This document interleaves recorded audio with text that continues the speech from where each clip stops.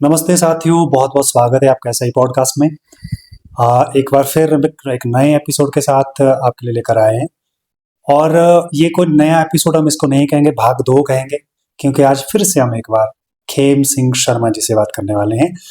खेम सिंह शर्मा जी ने आपको पहले एपिसोड में बताया था कि पांडित्य का काम किस तरह का होता है, उनके क्या कर्तव्य होते हैं, उनके उनके उनके साथ लोगों का किस तरह से व्यवहार होता है या उनका व्यवहार लोगों के प्रति किस तरह होता है।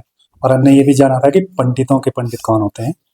आज हम इनसे बात करने वाले हैं एक अलग विषय पर, और वो विषय है, उनको बोलते हैं व्याधियाँ। ऐसी व्याधियाँ जो आमतौर पे उनका इलाज आमतौर पे डॉक्टरों के पास नहीं होता है, बल्कि डॉक्टर भी रिकमेंड करते हैं कि आप जाइए एक ऐसे व्यक्ति के पास जो आपकी समस्याओं का समाधान कर सकता है मंत्रोच्चारण से या फिर जड़ी बूटी से। तो बहुत बहुत स्वागत करते हैं शर्मा जी आपका। सभी साथियों को मेरा नमस्कार।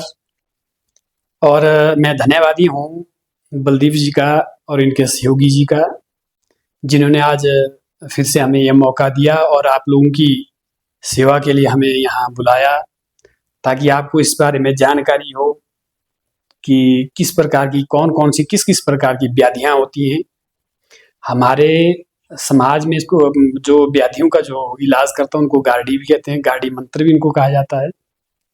तो साथियों, इसके बारे में आज हम विशेष तौर पे आज चर्चा करेंगे।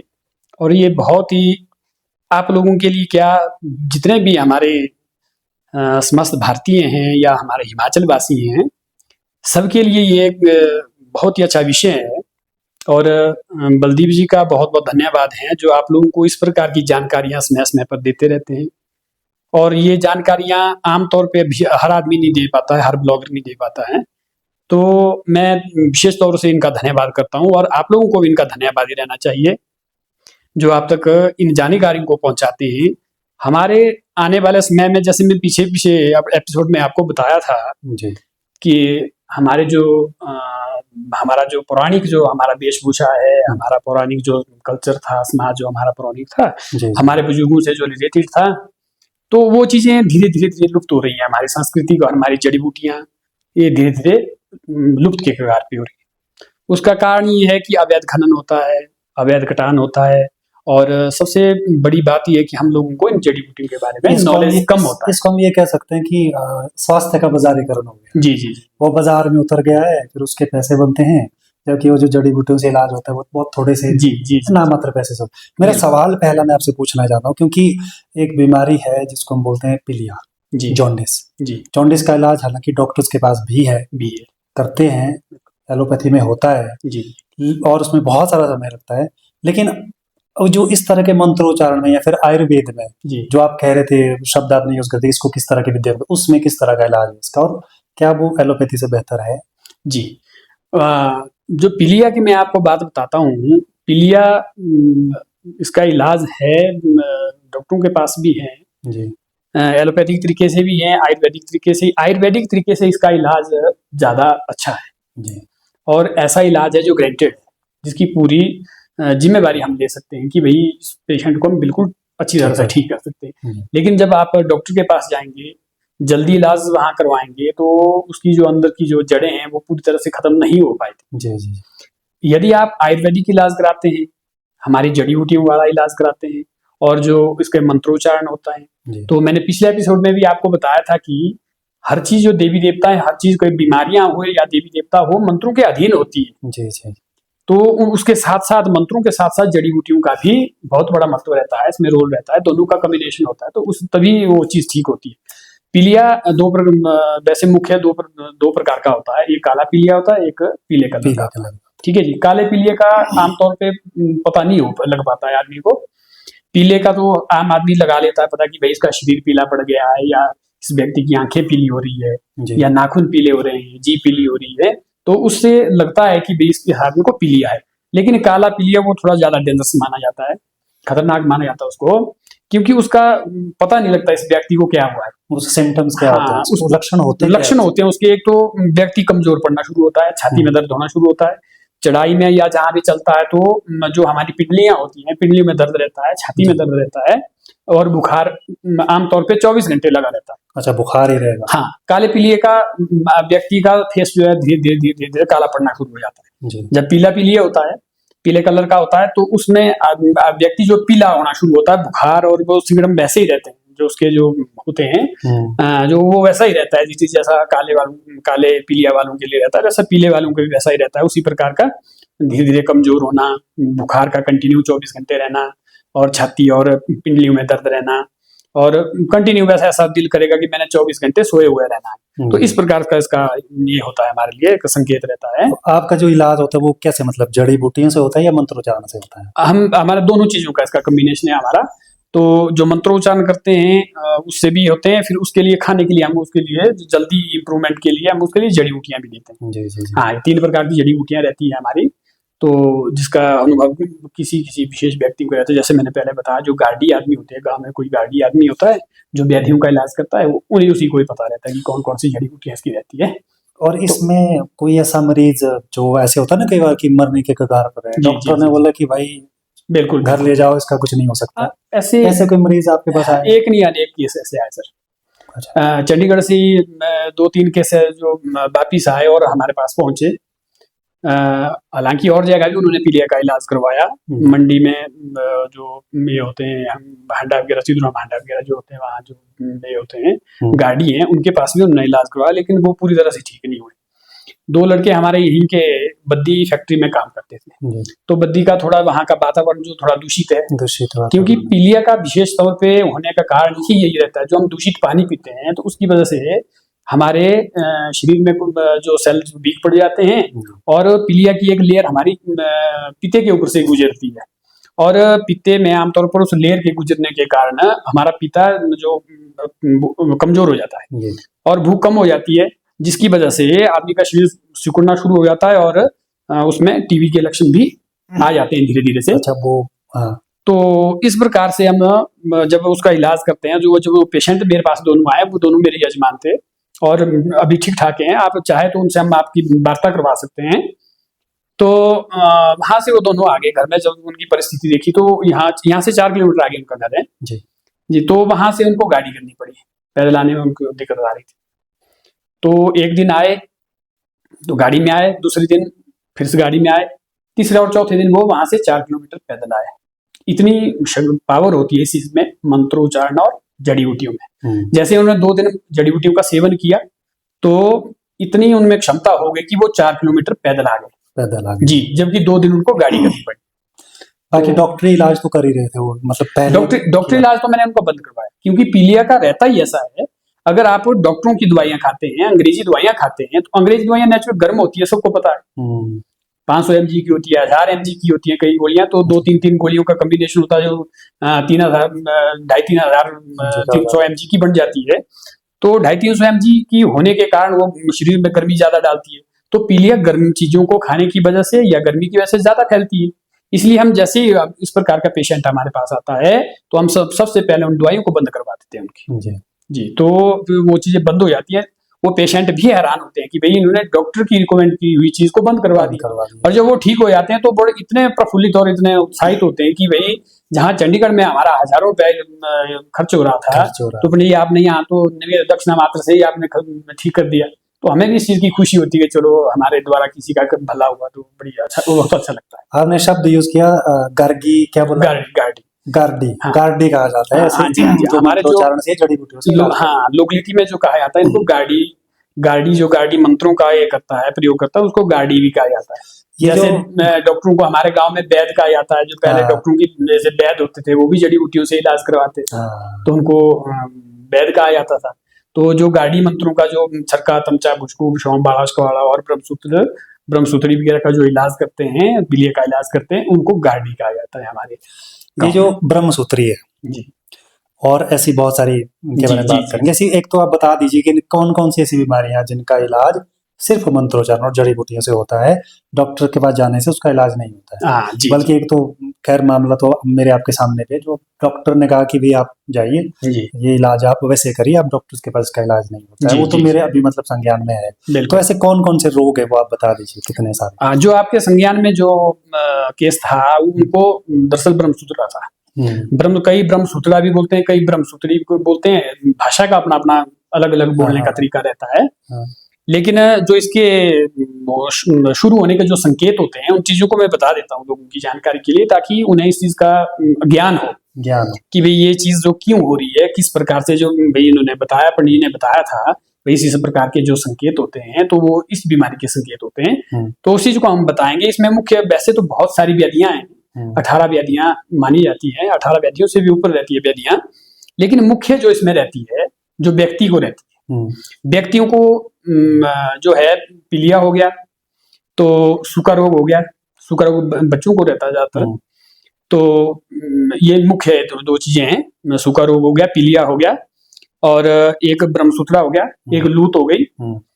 तो एक इस प्रकार की और भी कुछ है कि एक दो चीजें और भी रहती है जो आदमियों में रहती है विशेष तौर पे, और पशुओं में भी रहती है। पशुओं में जैसे गाय, बकरी, बैल इत्यादियों को, जो हमारे पशु हैं उनको भी रहती है। उनको छरका, भुषाण, तमचा, इस प्रकार के रोग उनको ज्यादा रहते हैं। तो इनके बारे में कुछ डिटेल में आपको बताऊंगा, पशुओं को किस किस प्रकार से ज्यादा खतरा रहता है, किन किन बीमारियों से, और व्यक्ति को किस किन बीमारियों से खतरा रहता है। तो इनका उपचार के भी बताऊंगा मैं संक्षिप्त में आप लोगों को। तो सबसे दूसरे नंबर पे मैं बात बताऊंगा जो बिल्कुल जो जिस बीमारी से व्यक्ति और पशुओं को जल्दी, उनका बहुत ज्यादा जल्दी इलाज होना चाहिए, या तो कुछ भी हो सकता है, व्यक्ति की मृत्यु भी हो सकती है, बच्चे की, बच्चों को ज्यादा रहता है, पशुओं की जल्द मृत्यु हो सकती है। ये दो चीजें हैं। व्यक्ति को, जैसे छोटे बच्चों को रहती है, उसको बालक बीमारी बोलते हैं। बालक बीमारी का मतलब है बच्चों में कंपन जैसी हो जाती है। अच्छा। और उनकी जो सांस है वो रुकती नहीं है, वो चलती रहती, तेज चलती है। हाँ। और जैसे जुकाम में गला फंसा, झुर्रू जैसा टाइप जो हम बोलते हैं, तो वो चीज होना शुरू होता है। जैसे लास्ट टाइम में लोगों के मृत्यु के समय जब जो आवाज आती है, उस प्रकार की आवाज बच्चों के गले से आती है, तो बालक बीमारी बोलते हैं उसको। बालक का कांपना होता है उसको, वो मंत्र से ही ठीक होता है। अगर 24 घंटे के अंदर अंदर उसका इलाज हो जाता है तो कुछ नहीं होगा बच्चे को। एक मैंने बालक बीमारी के, मैंने सुना सीर जिसको बोलते हैं, बहुत ज्यादा बुखार आता है, बच्चा बहुत होता है, वो चीज अलग सी है। उससे बुखार रहेगा, रोएगा, भूख खत्म हो जाएगी, तो वो बीमारी अलग से है। अच्छा। लेकिन जो मैं बोल रहा हूँ, जो बच्चा पूरी तरह से कांपता है, उससे 24 घंटे के अंदर बालक की मृत्यु भी हो सकती है, क्या होती है मतलब। अच्छा। आमतौर पे तो उसका जल्द इलाज है, डॉक्टरों के पास उसका कोई इलाज नहीं। मेरे सामने के बहुत कई बच्चे ऐसे हैं जो डॉक्टरों के पास ले गए और वो बचे नहीं है बेचारे, क्योंकि वो बीमारी इस प्रकार की खतरनाक है। उसके लिए मंत्रों का ही प्रयोग किया जाता है, जड़ी बूटी का ही प्रयोग किया जाता है, तभी वो ठीक होते हैं। अच्छा। और जो आप वो नस की बात कर रहे हैं, वो अंगूठे के साथ की जो अंगूठी होती है, इसका जो फर्स्ट पॉइंट होता है, 3 पॉइंट जो अंगुली में होते हैं, इसका फर्स्ट पॉइंट से यहाँ से शुरू होता है, पीछे से वो अंगूठे के पास से नीली ऐसी सी नस से उभरती है ऊपर को, और वो पहले पॉइंट को क्रॉस करे तो वो खतरनाक रहती है। अच्छा। अगर दूसरे पॉइंट पे पहुंच जाती है तो दूसरे पॉइंट पे पहुंचने के बाद फिर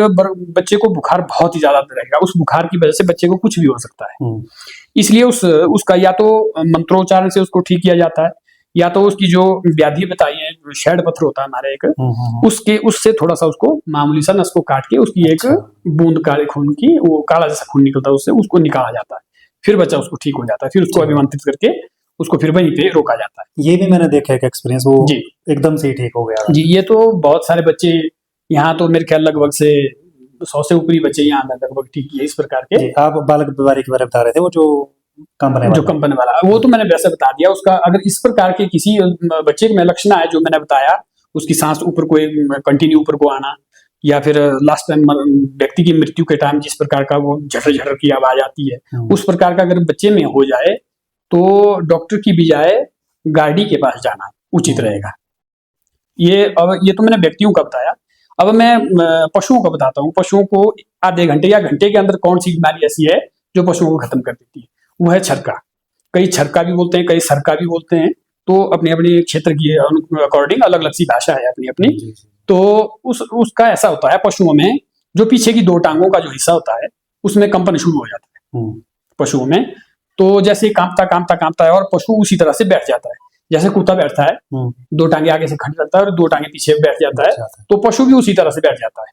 तो वो पीछे वाला उसका वो जो है वो फ्री हो जाता है, काम नहीं करता है, पैरालाइज टाइप हो जाता है। तो अगर तो आप डॉक्टर लाएंगे, इंजेक्शन लगाएंगे, तो कोई इंप्रूवमेंट नहीं होगा उसमें। मैं लिखित दावे से कहता हूँ, डॉक्टर उसमें कुछ नहीं कर सकता।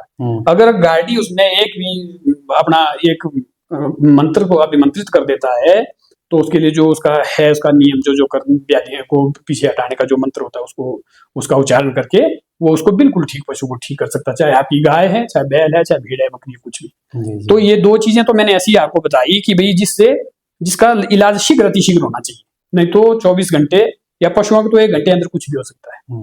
1 घंटे में पशु डेड हो सकता है उससे।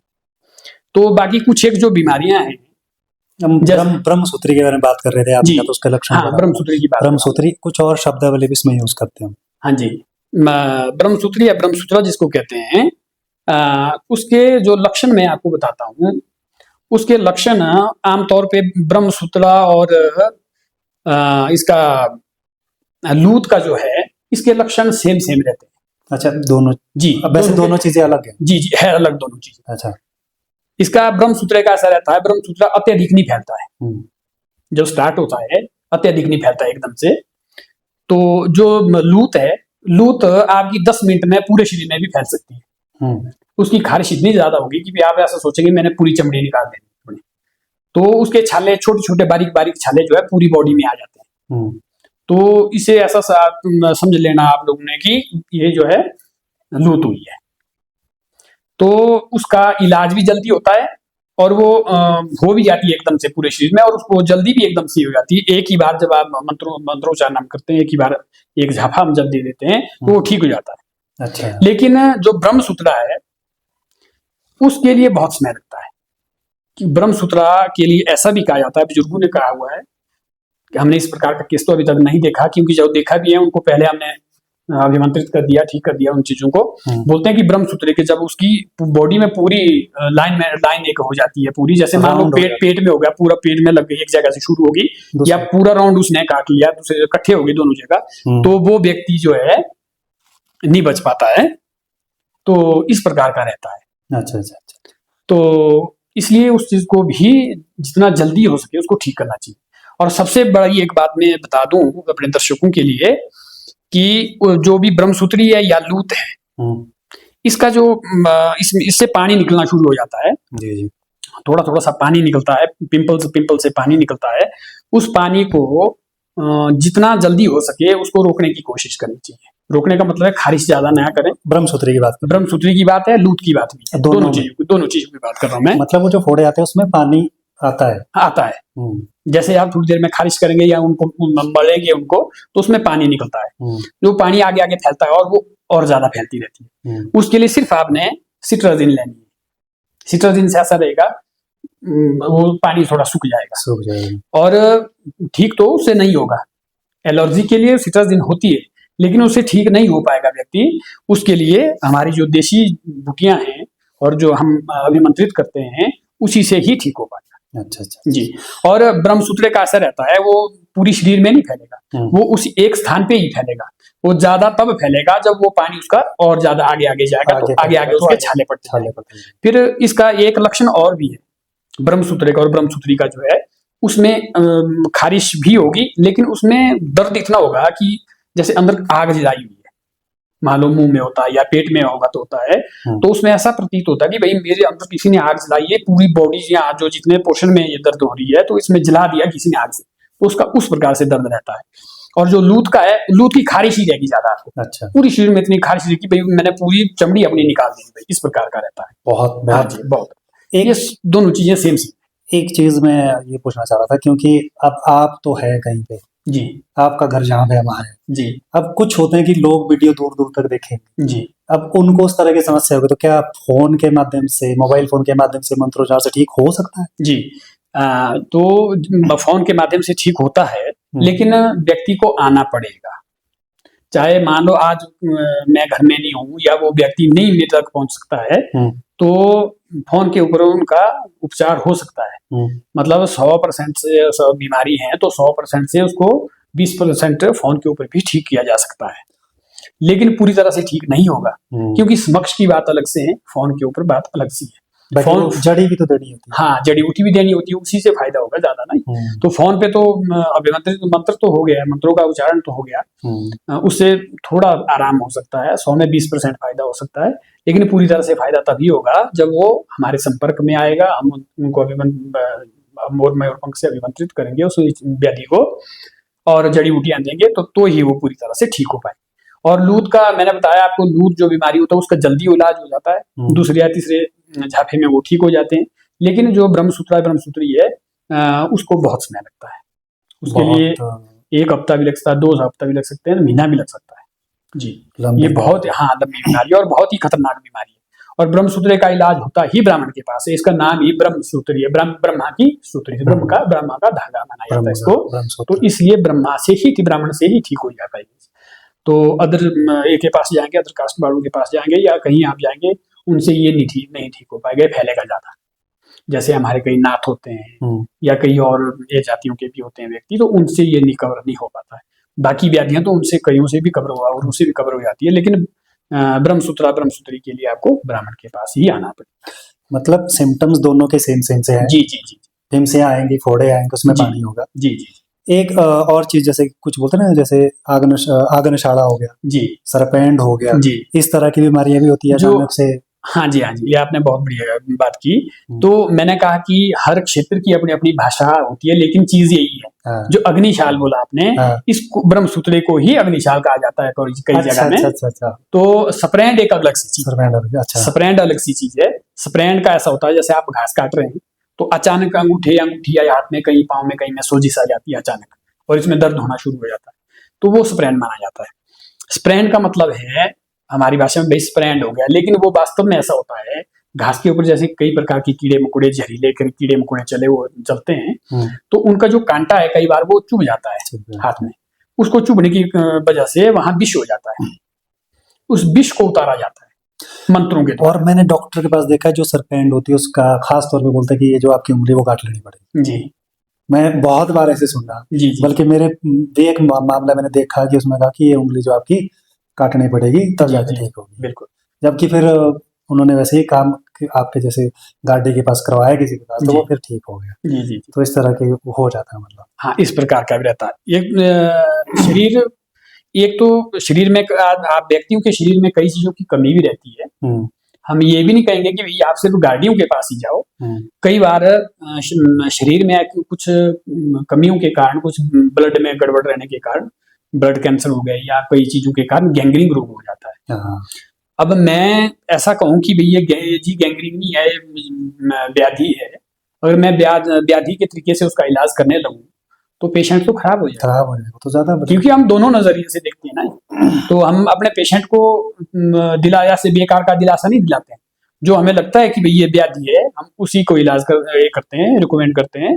अगर जो हमें लगता है कि नहीं ये गैंग्रीन है, उनको हम पहले ये कहते हैं कि ज्यादा जिनको परेशानी है, आप जो है पहले टेस्ट लीजिए। हाँ, हॉस्पिटल आप ब्लड का टेस्ट लीजिए, ब्लड में कोई प्रॉब्लम तो नहीं है, क्योंकि जितनी भी बीमारियां आदमी के शरीर में लगती है सबसे ज्यादा ब्लड के कारण होती है। तो इसलिए पहले हम उनको खून की जांच की सलाह देते हैं। अगर उसमें कोई किसी प्रकार का उनको नहीं लगता है, वो ठीक है, रिपोर्टें हर चीज ठीक आ रही हैं, फिर हम लिखित गारंटी दे सकते हैं कि हम इसका इलाज कर सकते हैं और ठीक करेंगे आपको। वैसे भी आज के दौर में इंसान पहले तो डॉक्टर के पास ही जाता है। जी जी, बल्कि वो बिल्कुल जानी पर किसी चीजों में आता है, गाड़ी के पास, बाकी तो डॉक्टर के पास जाता है। डॉक्टर जब मना कर देता है फिर बोलते हैं कि चलो जी अब ढूंढते हैं गाड़ी को, अब जाकर के। बिल्कुल। आप सूखा रोग के बारे में बात कर रहे हैं। हाँ, सूखा रोग के बारे में बात करो। हम बोलते हैं, हमारे यहाँ उसको ना शिकरौड़ी बोलते हैं। शिकरौड़ी आम लोगों के गांव में हमारे शिकरौड़ी रोग हमारे कहते हैं। तो सूखा रोग में लोगों की जानकारी के लिए बताना चाहता हूँ, कहीं को पता नहीं है कि शिकरौड़ी क्या चीज होती है, इसलिए मैं बता रहा हूँ। तो सूखा रोग ऐसा होता है, बालक जो भी खाता है, ये ज्यादातर सूखा रोग ऐसा रहता है, ये 7-8 साल के बच्चों तक सबसे ज्यादा रहता है। उनका सिर बढ़ना शुरू हो जाता है, ये लक्षण है इस चीज के।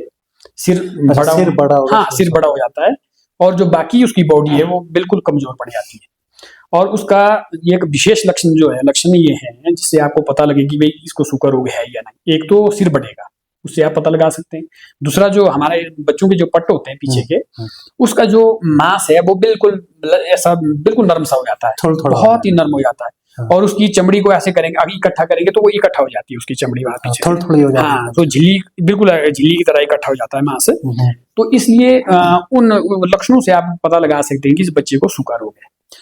इसका इलाज जो होता है वो दवाइयों से होता है, जड़ी बूटियों से होता है, या फिर कोई हाँ, नहीं, दवाई मंत्रोच्चारण से होता मंत्रोच्चारण से जड़ी बूटियों के जल को अभिमंत्रित किया जाता है मंत्रों से। है? जड़ी बूटियों का भी प्रयोग होता है और मंत्रों का भी प्रयोग किया जाता है उसमें। तो उस पानी को बच्चे को पिलाया जाता है, नहाने में भी उसको दिया जाता है और एक बुट्टी उसके गले में बांधी जाती है। अच्छा। तो उससे ठीक हो जाता है बच्चा, और फिर 1 हफ्ते में ही उसका रिजल्ट निकला हो जाता है, बच्चा तंदुरुस्त हो जाता है। अच्छा, ठीक हो जाता है, फिर उससे ठीक हो जाता है, एकदम से ठीक हो जाता है। जी। अब मैं जानना चाह रहा हूँ कि जो जितनी सारी बीमारियां आपने बताई, इसके अलावा कुछ और भी हैं? बीमारियां तो बहुत सारी हैं। जब व्याधियों की बात, आपने तो 18 व्याधियां गिनाई, 18 प्रकार की। उसमें से लगभग 4-5 के बारे में अभी तक बात कर चुके। कुछ और भी इलाज होते हैं, जैसे हमारे बोलते हैं रिखड़।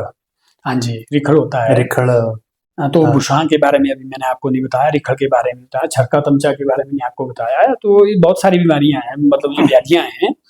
रिखड़ एक हमारा पेड़ होता है। जैसे डाउन एरियो में द्रागल होता है, द्रागल की तो बेल होती है, लेकिन रिखड़ का हमारे पेड़ होता है, आमतौर पे बड़ा पेड़ होता है। तो कई बार जो जिनको उन पेड़ों के बारे में नॉलेज नहीं है, या कई बार नॉलेज होते हुए भी कई बार हाथ लग जाता है उसके दूध के ऊपर, विशेष तौर पे ऐसा रहता है कि जो उस पेड़ का जो दूध निकलता है, यानी कि पानी उसके जो रस उससे निकलता है, वो दूध की तरह सफेद होता है। और तो जब वो सफेद दूध पानी अगर रिखड़ का पेड़ का लग जाए किसी व्यक्ति को, तो वो वहां से जहाँ वो लगा है वहां से मांस का सड़ना जैसा टाइप शुरू हो जाता है, और धीरे धीरे वो पूरे शरीर में फैल जाता है। अब उसको हम एक तो ये हो गया ब्रह्मसूत्र से जी, और लूत से कैसे अलग करें? लूत से अलग पहचान, हाँ, उसकी पहचान कैसे होगी? हाँ। उसकी पहचान शुरू में वो विशेष एक जगह पे रहेगा। जैसे मान लो आपका कहीं हाथ लग गया, तो वहीं पे उसकी खारिज करेगा और वहीं पे वो जख्म पूरा करेगा एक जगह। वो उसके जो फीसियां होगी, फीसियों में उसमें थोड़ी सी पहचान अलग से रहेगी। अच्छा। जो ब्रह्मसूत्र और लूत के बिल्कुल बारीक रहते हैं छाले उसके, ब्रह्मसूत्र के उससे थोड़े मोटे रहते हैं। और जो रिखड़ का रहता है, रिखड़ की कई जगह बेल टाइप बन जाती है। अच्छा, बेलें बनना शुरू हो जाती है, हाँ, फीसियों की बेल जैसी टाइप बनेगी। या तो फिर कई जगह दूर दूर, एक जगह नहीं होगा, दूर दूर उसके छाले पड़ना शुरू हो जाएगा, और खारिश उसमें भी उतनी ही रहती है, और उसमें भी थोड़ा सा हल्का सा जलने की तरह उसमें दर्द रहता है। अच्छा। तो इससे समझ लो कि आपको ये रिखड़ का दूध जो है वो लगा हुआ है, उसको वो व्याधि, उसको भी हम जड़ी बूटियों से और मंत्रों से ठीक कर देंगे जी। और एक आपने और भी बीमारी बताई थी, कौन सी? हाँ, बुशां की बताई। बुशां होता है, उसके सिम्टम्स क्या है? बुशां का आमतौर पे जैसे व्यक्तियों में उसका ऐसा रहता है, कहीं अचानक जैसे गले में हो गया, या बाजू में हो गया, या ऐसी जगहों में, या फिर गुप्त रोग में, गुप्त अंग में हो गया, इन जगहों में कई बार सोजिश शुरू हो जाती है। अचानक सोजिश शुरू हो जाती है और उसमें दर्द रहता है, तो वो बुशां का एक ये रहता है, लक्षण रहता है। तो गायों में विशेष करके रहता है, गायों को ज्यादा, जानवरों का रोग भी? हाँ, जानवरों को थन में रहता है बहुत ज्यादा। अच्छा। गाय को थन में दूध, जैसे मान लो आप गाय जब डिलीवर हुई है तो उसके बाद थन में दूध बहुत रहता है। अगर तो समय पर उसको सही ढंग से पूरा दूध नहीं निकाला जाए, तो फिर उसका अंदर एक किस्म से वो दूध जम जाता है। दूध जमने के कारण जो है बुशां का रूप धारण कर लेता है, या फिर वो व्याधि बन जाती है उस प्रकार के। वहां भी थन में भी सोजिश आ जाती है, एक साइड को आएगी, या एक थन में आएगी, या फिर पूरे थन में भी आ जाती है, या फिर कई बार गले के नीचे भी आ जाता है। गाय बैल जो भी है उनके गले के नीचे आ जाता है। तो उस रोग को भी मंत्रों के द्वारा और जड़ी बूटियों के द्वारा ठीक किया जाता है। बोलने का मेरा भाव ये रहता है, जितनी भी व्याधियां हैं सिर्फ मंत्रों से भी ठीक हो जाती है, लेकिन मंत्रों से समय ज्यादा लगता है। अगर मंत्र और जड़ी बूटियों का अगर मिश्रण करें आप, तो जल्दी ठीक हो जाता है जी। अब ये जो चीजें हैं, जैसे जड़ी बूटियां जो आप बता रहे हैं ना, जी, आम लोगों को इनकी जानकारी दे सकते हैं? जैसे आम लोग जानना चाहते हैं कि अब मुझे हो गया, मैं खुद कर सकता हूँ, मुझे मंत्र नहीं करने, मैंने सिर्फ जड़ी बूटी लगानी है, बस मैं खुद लगा जी, इस तरह का। जी, ये तो आप ठीक कह रहे हैं ना। बहुत अच्छा सवाल किया आपने। लेकिन हर कार्य के पीछे कोई ना कोई आदमी का एक मतलब भी होता है। मतलब का मेरा मतलब है आज की इस समय में हर आदमी अपने परिवार के लिए या अपने लिए या समाज के लिए कुछ ना कुछ करता है। हाँ। इसलिए हर चीज के एक नियम बनाए होंगे। तो जो हमारा आयुर्वेद है, इसमें सबसे पहले इसका कैसे प्राकट्य हुआ था, सागर मंथन जब हुआ था, ये सतयुग की बात है, तो उससे धन्वंतरी जी को इसका आयुर्वेदिक का कलश मिला था। जड़ी बूटियों का सबसे पहले धन्वंतरी जी को मिला था। उसने इंद्र भगवान, इंद्र राजा, देवताओं के राजा इंद्र को दिया था। इंद्र ने फिर धीरे धीरे इसका आगे आगे प्रचार हुआ। फिर चंद्रमा के लिए था, चंद्रमा जी ने चरक ऋषि को दिया था। इस प्रकार से आगे आगे इसका ये हुआ, नॉलेज हुआ आगे लोगों को। तो चरक संहिता में भी चरक ऋषि के नाम से चरक संहिता बनी हुई है हमारी। चरक संहिता में इसके बारे में, आयुर्वेद के बारे में, हाँ जी, हाँ, इसमें इसके बारे में बताया गया है। लेकिन आप किसी भी चीज, किसी कुपात्र को कोई चीज देंगे ना, तो वो ठीक नहीं रहेगा। बोलने का भाव नहीं रहा है। हम बता सकते हैं, जड़ी बूटी भी बता सकते हैं, मंत्र भी बता सकते हैं, लेकिन वो व्यक्ति पात्र हो। पात्रता कैसे नापी जाएगी, कुपात्र कैसे साबित किया जाए? क्योंकि देखो ना, आजकल क्या हो गया है कि मैं बहुत पैसे वाला आदमी हूँ जी, मेरा बेटा जवान हो गया है, मेरी खुशी है कि मैंने उसको डॉक्टर बनाना है। मैंने उससे पूछा नहीं, मैंने उसको पूछा ही नहीं कि तूने डॉक्टर बनना कि नहीं बनना। मेरे पास पैसे, मैंने भेज दिया तो डॉक्टर बन गया। फिर वो कुपात्र की बात आप जो कर रहे हैं, फिर वो डॉक्टर शायद अच्छा नहीं बनेगा अगर उसको जबरदस्ती भेजेंगे। तो उसी तरह से मैं पूछ रहा हूँ कि अब आयुर्वेद का ज्ञान आपके पास है, उस आने वाले आदमी को कैसे पहचानेंगे कि वो पात्र है कि नहीं? उसको पहचान कैसे करेंगे? हम कैसे डिसाइड करेंगे कि पात्र इसको बता सकते हैं? सही बात, बड़ा अच्छा प्रश्न है आपका। बहुत अच्छा प्रश्न किया आपने। तो इस चीज का तो सबसे बड़ी बात ही है ना, हमारे गांव में एक कहावत भी है कि माता पिता को अपने बच्चों का पता होता है कि इनके कितने दांत उगे हैं, वो कितने अभी उगने हैं। ठीक है जी। बोलने का भाव ये है कि भाई जितने जो मेरे बच्चे हैं, इसमें किस बच्चे में टैलेंट है, किस बच्चे में सीखने की इच्छा है जी। हर आदमी का अपना अपना एक ध्येय होता है, अपना अपना एक आगे जो लक्ष्य होता है, अपना अपना होता है हर आदमी का। तो मिला के मतलब उसकी इच्छा और जिज्ञासा पर डिपेंड करता है। अगर जिज्ञासा उसमें बहुत है कि वो बार बार नहीं, मेरे को बताओ। हाँ जी, जैसे आपने अपना ये चैनल खोला हुआ है, लोगों की जानकारी के लिए खोला, आप में जिज्ञासा है, लोगों तक बात पहुंचानी है, जो हमारी चीजें लुप्त हो रही है उनको जागृत करवाना है, लोगों को जागृत करवाना है। अब इसमें जो जितने व्यक्ति देख रहे हैं, सभी को इस चीज में इंटरेस्ट नहीं होगा कि पता नहीं क्या लगाया हुआ, क्या है क्या नहीं। तो जिनको इंटरेस्ट है इसके बारे में, जड़ी बूटियों के बारे में जो सीखना चाहता है, तो वो चीज जो खोजी आदमी है, वो चीज को बड़े डीपली देखेगा और आप तक पहुंचने की कोशिश करेगा, हम तक पहुंचने की कोशिश करेगा। और उस चीज में, उसमें भी हम जो गुरु होता है, वो अपने चेले में ये देख लेता है कि भी इसमें कितना टैलेंट है, अच्छा, ये कितना सीखना चाहता है, इसमें कितने सीखने की क्षमता है। अगर मान लो किसी को दूध का पात्र दिया जाए, उसको नॉलेज नहीं है कि ये दूध है, जो कि हमारे कलयुग में इसको अमृत माना जाता है, तो उसके लिए तो पानी और वो एक बराबर है। चलो ये इसका कलर सफेद हो गया, पानी का कलर निर्मल है, तो उसकी ये को नहीं समझ पाएगा ना, उसकी क्वालिटी को, उसकी अच्छाई है, उसको समझ नहीं पाता है। आज के समय में, आज के दौर में मैं आपको एक बात बताता हूँ, आज की आयुर्वेद लगभग लुप्त होने की कगार में जी। 100 में से 80 आदमी को तो यही विश्वास है कि जो हमारे अंग्रेजी टैबलेट देते हैं वही सबसे जल्द फायदा है, जल्द ठीक हो जाते हैं, वही ठीक है। लेकिन उसके दुष्प्रभावों के बारे में उसकी चिंता नहीं है, उसके दुष्प्रभाव कितने हैं। एक आम तौर पे एक पैरास्टामोल तो हर आदमी लेता ही लेता है, लेकिन अगर गूगल से सर्च करके वो देखेगा कि पैरास्टामोल खाने से शरीर में क्या उसका दुष्प्रभाव होता है, तो तभी नॉलेज होगा ना उस चीज का। पर उस चीज की परवाह नहीं आज की डेट में लोग करते हैं। सर में दर्द है कि भाई बस जल्दी फायदा होना चाहिए, खा लो बिल्कुल ठीक हो जाओगे, बिल्कुल। पर ये नहीं सोचते हैं कि ये तो दर्द निवारक दवाई है, दर्द को हटाएगी कुछ समय के लिए, लेकिन उसकी जड़ को खत्म नहीं करेगी, बीमारी खत्म नहीं करेगी जी। और बीमारी को खत्म करेगी आयुर्वेदिक चीजें, जो आयुर्वेदिक जितनी भी दवाएं हैं, वो उस रोग को जड़ से खत्म करेगी। वैद और गार्डी में क्या फर्क हुआ? वैद चीजें तो उनकी सेम रहती है, वैद और गार्डी की। गार्डी में मंत्रों का उच्चारण भी साथ में रहता है और जड़ी बूटियों भी की जाती है साथ में। जो वैद्य रहता है, वैद्य सिर्फ जड़ी बूटियों के द्वारा, जो जड़ी बूटियों के मिश्रण से दवाएं, इनका बीमारियों की जो इलाज किए जाते हैं, उसने दवाइयां तैयार की होती है। हाँ, वो खुद दवाइयां कॉम्बिनेशन बनाता है, जी, उसको मतलब जड़ी बूटियों का उसे ज्यादा ज्ञान होता है। जी, बहुत ज्यादा ज्ञान, उसको बहुत डीपली हर बीमारियों के बारे में ज्यादा ज्ञान रहता है। लेकिन जड़ी बूटियां काफी हद तक सेम रहती है।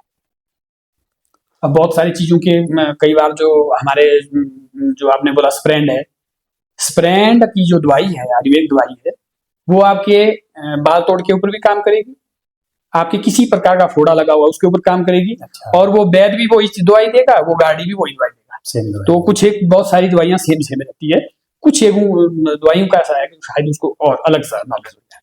हम ऐसा बोल सकते हैं कि वो जो वैद्य हो गया वो एक रिसर्चर हो गया एक तरह का। जी, वो नई चीजें इन्वेंट भी कर सकता है। जी। जो गार्डी हो गया वो ये समझ लीजिए कि वो गांव का फार्मासिस्ट हो गया, जिसको बेसिक नॉलेज है चीजों का। लेकिन जो वैद्य है वो सब चीजों के बारे में। वैद्य ऐसा भी होता है, वैद्य ऐसा भी कर सकता है, वो अंग्रेजी और देसी दवाइयों का मिश्रण भी कुछ बीमारियों के लिए कर सकता है। तो लेकिन जो गार्डी है वो प्योर मंत्रों और देसी दवाइयों का, देसी जड़ी बूटियों का ही इस्तेमाल करेगा। अच्छा। इसके अलावा और कोई बीमारी? तो छरका तमचा बुचकुश और बावला भी एक चीज बीमारी रहती है। आमतौर पे वो बाजुओं में या फिर टांगों में वगैरह में ऐसी जगहों में रहती है। हाँ। तो एक और बीमारी रहती है जिससे बच्चों की खांसी नहीं रुकती है। अच्छा। तो चाहे आप जो डॉक्टरी इलाज करो, आयुर्वेदिक एलोपैथिक जो भी इलाज करेंगे, उसे ठीक नहीं हो पाता है। तो उसको हमारे पहाड़ी भाषा में या हमारे गांव में कालजा पैरी बोलते हैं उसको। कालजा पैरी उसको अभिमंत्रित किया जाता है। तो वो चीज भी आमतौर पे बहुत जरूरी रहती है। तो वो भी उसका इलाज भी करना जो है गार्डी से जरूर कराना चाहिए, क्योंकि जड़ी बूटियों से। हाँ, जड़ी बूटियों से, और वो ज्यादातर वो ऐसे मंत्रों से ही ठीक हो जाता है। हाँ, तो उसके लिए थोड़ी सा अलग सा तरीका रहता है, तो वो उससे ठीक रहती है, ठीक हो जाती है। हमारे बुजुर्गों को ना जैसे ज्ञान है कि भाई आपको अगर जुकाम हो गया जी, आप कुक्षी बिच्छू बूटी की सब्जी खा लो, आप ठीक हो जाएगी जी। और इसके अलावा कि आपको गैस है तो आप नाभि में जो हिंग लगा लो, बच्चों में तो लगाते ही जी, और तो वो ठीक हो जाए। ये चीजें भी हमारी आयुर्वेद में ही आती है ना। ये किस्म से वैद्य के कार्य की वैद्य से रिलेटेड ये चीजें होंगी ना। वैद्य से जैसे हमारे जो आपने बताया कि नाभि में लगा दो, या एक बुराई ये होती है, हमारी एक बूटी रहती है, ब्रोए बोलते हैं हम उसके लिए, उसका यहाँ सिर के ऊपर लेपन किया जाता है बच्चों के, तो उससे धड़कन नहीं बढ़ती है और ये चीजें ठंडी रहती है, वो दिमाग को ठंडा। वो जो बच्चों के सर पे जो नरम जगह होती है वहाँ पे नरम जगह, हाँ, उस पे लगाया जाता है उसको। अच्छा। तो ऐसी बहुत सारी चीजें हैं जो बच्चों से लेकर के बुजुर्गों तक जो ये चीजें बहुत जरूरी रहती है। तो ये वैद्य से रिलेटेड ये चीजें हैं। तो हम कुछ एक चीज हम वैद्य से भी करते हैं। बोलने का भाव है कि हम गांव के छोटे मोटे डॉक्टर भी बोल सकते हैं तो या गार्डी भी हो सकते हैं, वैद्य भी बोलो, आप जो मर्जी बोलो। तो इस प्रकार के हम मिश्रण, सभी कार्यों का मिश्रण करते हैं हम, ताकि आज जिस प्रकार की आवश्यकता पड़े उसका इलाज कर सके। और एक चीज मैं और आपको बताता हूँ। एक कई बार ऐसा रहता है, आदमी में बुखार बहुत ज्यादा रहता है, ठीक है जी, किसी भी बड़े छोटे, हाँ, बच्चा हो या बूढ़ा हो, जवान हो, कोई भी हो, बुखार उसका उतरता नहीं है। भले वो पीजीआई जाए, वो एम्स जाए, जहां मर्जी जाए, बुखार उसका उतरता नहीं है। जब तक वो डॉक्टरों के अंडर है, वो दवाई वगैरह से कुछ टाइम तक हटाते हैं, जैसे घर में पहुंचते तो बुखार वैसा शुरू हो जाता है। अच्छा। उसके लिए भी हमारी देसी जड़ी बूटी और मंत्रों से उसको ठीक किया जाता है। उसको कुछ नाम है उसका, बीमारी का नाम नहीं, उसको बुखार ही बोलते हैं। अगर जिसका बुखार नहीं टूटता है, अच्छा, वो ज्वर शमन के लिए होता है, हमारा ज्वर शमन के लिए संबंधित होता है। तो कई बार आधे सिर में दर्द रहता है, कानी श्रव भी उसको कहते हैं हमारे, वो भी व्याधियों में ही आता है ना, वो भी व्याधियों में ही आता है। तो उसके लिए भी हमारे जड़ी बूटियों का धुआं सुंघाया जाता है और उस दर्द को अभिमंत्रित किया जाता है, वो आधे सिर में हो चाहे पूरे सिर में हो। अच्छा, उसका भी किया जाता है इलाज। और एक आंख में प्रॉब्लम रहती है कई बार, एक प्रॉब्लम तो इसके बारे में बात करेंगे हम, जो आप सर में दर्द बता रहे हैं ना, आधा शरीर। हाँ, इसको आपने बोला कानीश्रव भी बोलते हैं। एक और भी है, वो क्या बोलते हैं हम, अपना जो आधे सर में दर्द होता है, माइग्रेन और कानीश्रव कैसे अलग है? हाँ, माइग्रेन और इसके सिम्टम्स क्या होते हैं? जी। बहुत अच्छी बात लक्षण है। किस तरह? मैं भी इसी बात पे आ रहा था कि जो गार्डी या वैद है वो पहले इस चीज का पता करें, क्योंकि उनको नॉलेज होता है, जब उनका अपनी उम्र का जब उनका एक्सपीरियंस रहता है, उनको नॉलेज आ जाता है कि भाई ये चीज जो मैंने शुरू में बताया, गार्डी को ये चीज विशेष, गार्डी और जो जितने हमारे गांव के छोटे मोटे डॉक्टर हैं उनको इस चीज का बहुत ध्यान रखना चाहिए कि भाई ये बीमारी जो मेरे कंट्रोल होने वाली है या नहीं है। अगर नहीं है तो पेशेंट को पहले ही सलाह ऐसी दो कि आप डॉक्टर के पास जाइए, अच्छी तरह से उपचार कीजिए, इसके टेस्ट निकालिए। तो माइग्रेन का थोड़ा सा अलग सा रहता है। माइग्रेन का सबसे बड़ी बात तो ये रहती है कि माइग्रेन को हम स्वयं ही उत्पन्न करते हैं। कैसे स्वयं उत्पन्न करते हैं?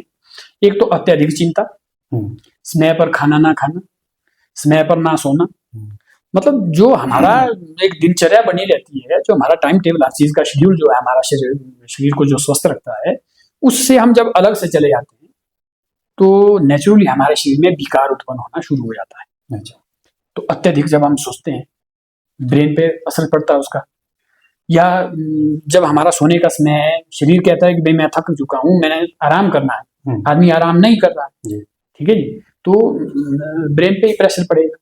तो जब ब्रेन पे प्रेशर इस चीज का पड़ता है, बहुत ज्यादा पड़ता रहता है, तो फिर वो बीमारी का रूप धारण करता है। फिर उसके ऊपर क्या करते हैं हम, जो सरदर्द की दवाइयां जितनी भी हैं, अलग अलग से, कई डाइमोल खाते हैं, कई पैरास्टामोल खाते हैं, कई सेराडोन खाते हैं, अलग अलग प्रकार जितनी दवाइयां खाते हैं, उस चीज से कुछ समय के लिए तो वो ठीक हो जाता है, दर्द ठीक हो जाता है, 2 दिन के लिए, तीसरे दिन फिर से शुरू हो जाता है। आप माइग्रेन की बात कर रहे हैं? जी, माइग्रेन की बात कर रहा हूँ।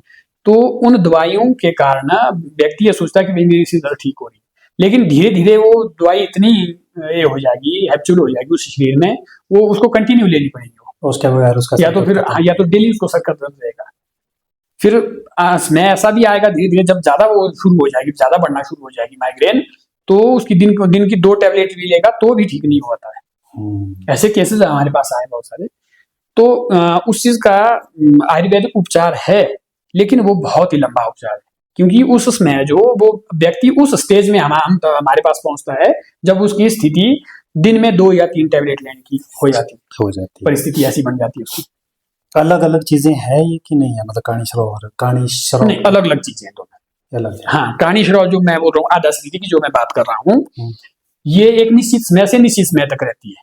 अच्छा। जैसे आज आपको 4 बजे से शुरू हुई है, शाम को 4 बजे से शुरू हुई है, तो आपको रात को ठीक हो रही है, तो दूसरे दिन भी उसी समय वो शाम को 4 बजे ही उत्पन्न होगी, और सर के एक ही तरफ होगी। जब पूरे सिर में होगी तो पूरे सिर में भी रहता है, लेकिन टाइम टेबल उसका ये रहता है। जो माइग्रेन का रहता है, माइग्रेन का वो दिन रात कंटिन्यू रहेगी, वो तो कोई टाइम नहीं होता, उसका कोई समय नहीं। लेकिन जो अर्धशरीरी और काणी श्रव जो मैं बता रहा हूँ, इसका अपना निश्चित समय रहता है। अच्छा। वो जब आपको आज शुरू जिस समय को आज शुरू हुई है, उसी समय को वो कल भी शुरू होगी, तो उससे समझ जाओ आपकी जो है ये अर्धशरीरी को। अर्धशरीरी की दर्द बहुत ज्यादा रहती है, सिर दर्द की उतनी ज्यादा नहीं रहती। सिर दर्द की एक बराबर दर्द रहती है, पूरे दिन रही है तो पूरे दिन एक तरह का दर्द ही रहेगा। लेकिन जो आपकी अर्धशरीरी की जो दर्द रहेगी वो बहुत ही ज्यादा रहेगी, ऐसा लग रहा है कि एक साइड मेरी फट रही है, तो इस प्रकार की दर्द उसमें रहती है। और एक इसके सिम्टम ये है कि वो एक समय पर ही होगी जी, एक तरफ ही होगी। हाँ, एक सिगड़म बहुत तेज दर्द होगा। हाँ जी, एक सिगड़म इसका ऐसा है कि वो अत्यधिक दर्द करेगा, उस एक साइड को बहुत ज्यादा दर्द करेगा। आमतौर पे जो ब्रेन ट्यूमर की अपेक्षा या इसकी अपेक्षा से वो ज्यादा दर्द करेगा जी। और बता रहे थे आप आंख का कुछ? आंख का कई बार जैसे आदमी को नहीं दिखता है, आगे झिल्ली आ जाती है, उसको हमारी भाषा में फागणे भी कहा जाता है। अच्छा। मतलब हमारे आयुर्वेद में हर अंग का, व्यक्तियों का क्या, पशुओं का क्या, हर अंग का इलाज संभव है, लेकिन समय पर आए तो। अगर समय बहुत ज्यादा चला जाए तो फिर तो उसका ऑपरेशन ही करना पड़ता है। वो तो समय पर आने के लिए वो फिर आदमी समझ नहीं पाता ना आजकल के दौर में कि उसके सिम्टम, लक्षण पता नहीं लगता, लक्षण तो लगता है कि डॉक्टर बजा करके ठीक हो जाए। जी जी जी। तो उसका ऐसा रहता है, वो धीरे धीरे किसी कारण से आंखों में कोई कूड़ा चला गया या कोई किसी प्रकार से उसमें अगर कहीं एक साइड से थोड़ी सी झिल्ली आ जाए, उसको लापरवाही से उसको हाथ से उसको मसलता है, हाथ से मसलने के कारण जो है वहाँ आंखों में झिल्ली पैदा हो जाती है, या किसी और कारण से भी झिल्ली पैदा हो सकती है। एक तो उम्र के हिसाब से होता है, वो चीज नहीं हो सकती इसमें, उम्र के हिसाब से आंखें धीरे धीरे जो आदमी की नजर कम हो जाती है, उस चीज के बारे में नहीं मैं कह रहा हूँ, वो तो अंदर से लेंस हमारे वीक हो जाते हैं। लेकिन जो एक तंदुरुस्त आम आदमी की को अचानक से उसकी आंखों में प्रॉब्लम होना शुरू हो जाता है, वो ये कारण रहता है। उसको हमारी भाषा, अपने गांव की भाषा में फागण कहते हैं कि भाई आंखों में फागण पड़ा हुआ है। तो उसके लिए भी हमारा हम इलाज करते हैं उसका। तो उसका आयुर्वेदिक इलाज है उसका। ज्यादा इस दवाई तो नहीं देते हैं, उसकी जड़ी बूटियां नहीं है, लेकिन उसको मंत्रों के द्वारा ही उसको उतारा जाता है। हाँ, अगर नहीं उतरता है तो हम डॉक्टर के पास जाने की सलाह देते हैं जी। लेकिन बहुत सारे केसेस से ठीक हो जाते हैं जी। कोई ऐसा केस जो बहुत दूर से आया हो, इस तरह की व्याधि का? व्याधियों के तो बहुत ही, हिमाचल की बात करूं मैं तो हिमाचल से तो बहुत ही दूर दूर से आए। यहाँ तक कि पंजाब से भी कुछ एक व्यक्ति आए जिनको, जो हमारे संपर्क में थे। अच्छा। जो हमारे संपर्क में थे, जिन्हें पता था कि भाई इलाज करते हैं। जैसे हमारे यजमान हो गए, जैसे मंडी में, कुल्लू में, हमीरपुर में है, अपने बिलासपुर में है। तो उनके रिलेटिव कोई पंजाब में रहते हैं, एक अलाइनमेंट बन जाती है। जैसे आपसे मेरा मिलना हो गया, आपके माध्यम से अब इतने लोग सुन रहे हैं इस चीज को, तो इनके जो रिलेटिव किसी को प्रॉब्लम हो गया तो वो जब हमारा एड्रेस बताएंगे, हमारी बात उनसे होगी। तो इस प्रकार से दूर दूर से भी व्यक्ति आते हैं। और जो बहुत थक हार चुके थे कि भी अब हमारा इलाज होना संभव नहीं है, तो उन व्यक्तियों का इलाज होगा। और उनका हमने कई प्रकार का, जो हमारा अपना पेशा है, ब्राह्मण का पेशा, उसके विषय में भी हमने वहाँ पे अनुष्ठान इत्यादि उनके घर में किए और उनको इलाज है। हर चीज सब प्रकार से उनका इलाज करके वो ठीक हैं, बहुत अच्छे हैं। तो इस प्रकार से बहुत सारे केस आते हैं, क्योंकि ये चीजें जो है डॉक्टरों के बस से बाहर है। चाहे भले ही वो कितना ही डिग्रियां या कितना अच्छा डॉक्टर हो, लेकिन ये चीजें उनके बस से बाहर है। ये जो चीजें आपने बताई, जो व्याधियों के बारे में बाकी तो डॉक्टर के पास, बिल्कुल डॉक्टर को करा, वो तो डॉक्टर, वो तो उस तरह का है। जी। एक चीज मैं जानना चाहता कि ऐसी कौन सी जड़ी बूटी है जी जो आम लोगों को नहीं पता, बता सकते कि भी आपको इससे ये बड़ा लाभ होने वाला है? कोई ऐसी जड़ी बूटी आप अगर बताना चाहें? बात तो फिर वही आती है ना, बताने को तो ऐसा नहीं है कि हम उसको, ये तो कहते हैं ज्ञान को जितना बांटेंगे उतना अच्छा रहता है, उतना बढ़ता है। लेकिन बात तो फिर वही आती है, पात्र और कुपात्र की। मैं आपको एक जड़ी बूटी बता दूं, आप उसका एक रेवड़ी की तरह बांटना शुरू कर दें, या फिर उसका दुष्प्रचार कर दें, या पैसे शुरू लेना ज्यादा, उसका एक व्यवसाय बना दें, तो वो चीज तो गलत है। तो आमतौर पे मैंने बताया कि हर तो बूटी के बारे में आपको बता रहे हैं आपकी, भाई एक आदि बता दो कोई भी। तो मैं आपको एक नीलकंठ या नीलकंठी के बारे में बताता हूँ, जो आमतौर पे आदमी को गैस्ट्रिक की प्रॉब्लम रहती है, जो सबसे बड़ी बीमारी आज की डेट में बढ़ना शुरू हो गया है। अच्छा। तो ये हमारे आयुर्वेदिक चीज है। तो नीलकंठ और नीलकंठी दो नाम से इसको जाना जाता है। अब ये तो चलो आयुर्वेदिक नाम हो गया जी, लोकल नाम भी तो कुछ होते होंगे। नीलकंठी बोलते हैं उसको, हमारे लोकल में ही नीलकंठ बोलते हैं उसको, नीलकंठ और नीलकंठी बोलते हैं उस जड़ी बूटी को। जड़ी बूटियों के नाम हिंदी में ही है लगभग। तो कुछ एक जड़ी बूटियां जो हम बड़े लोकल भाषा में कहते हैं, तो जो नीलकंठ और नीलकंठी है, नीलकंठी का पत्ता जो है बारीक रहता है, नीलकंठ का चौड़ा रहता है। तो उसका विशेष, उसकी पहचान ये रहती है, ऊपर से वो हरा होता है, नीचे से वो नीला रहता है। तो वो चलो बताएंगे, आप लाइव बताएंगे कभी आपको उस पत्ते को।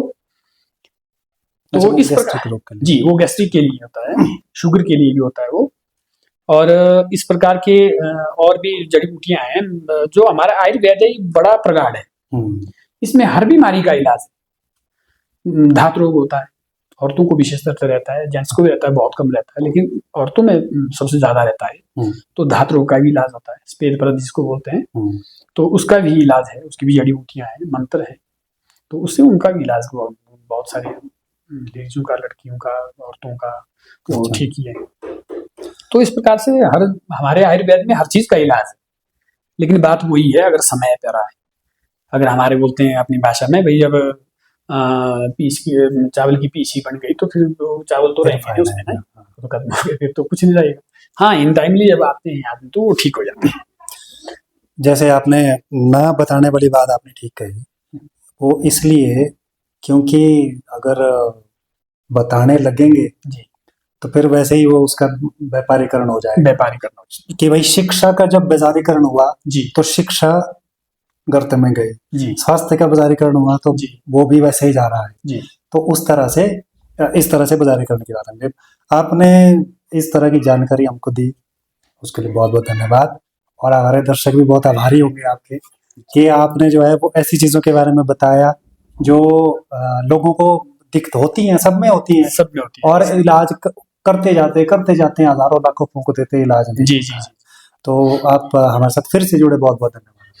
बहुत बहुत धन्यवाद। सभी दर्शकों से मेरा निवेदन रहेगा, आप अधिक से अधिक इनके साथ जुड़ें।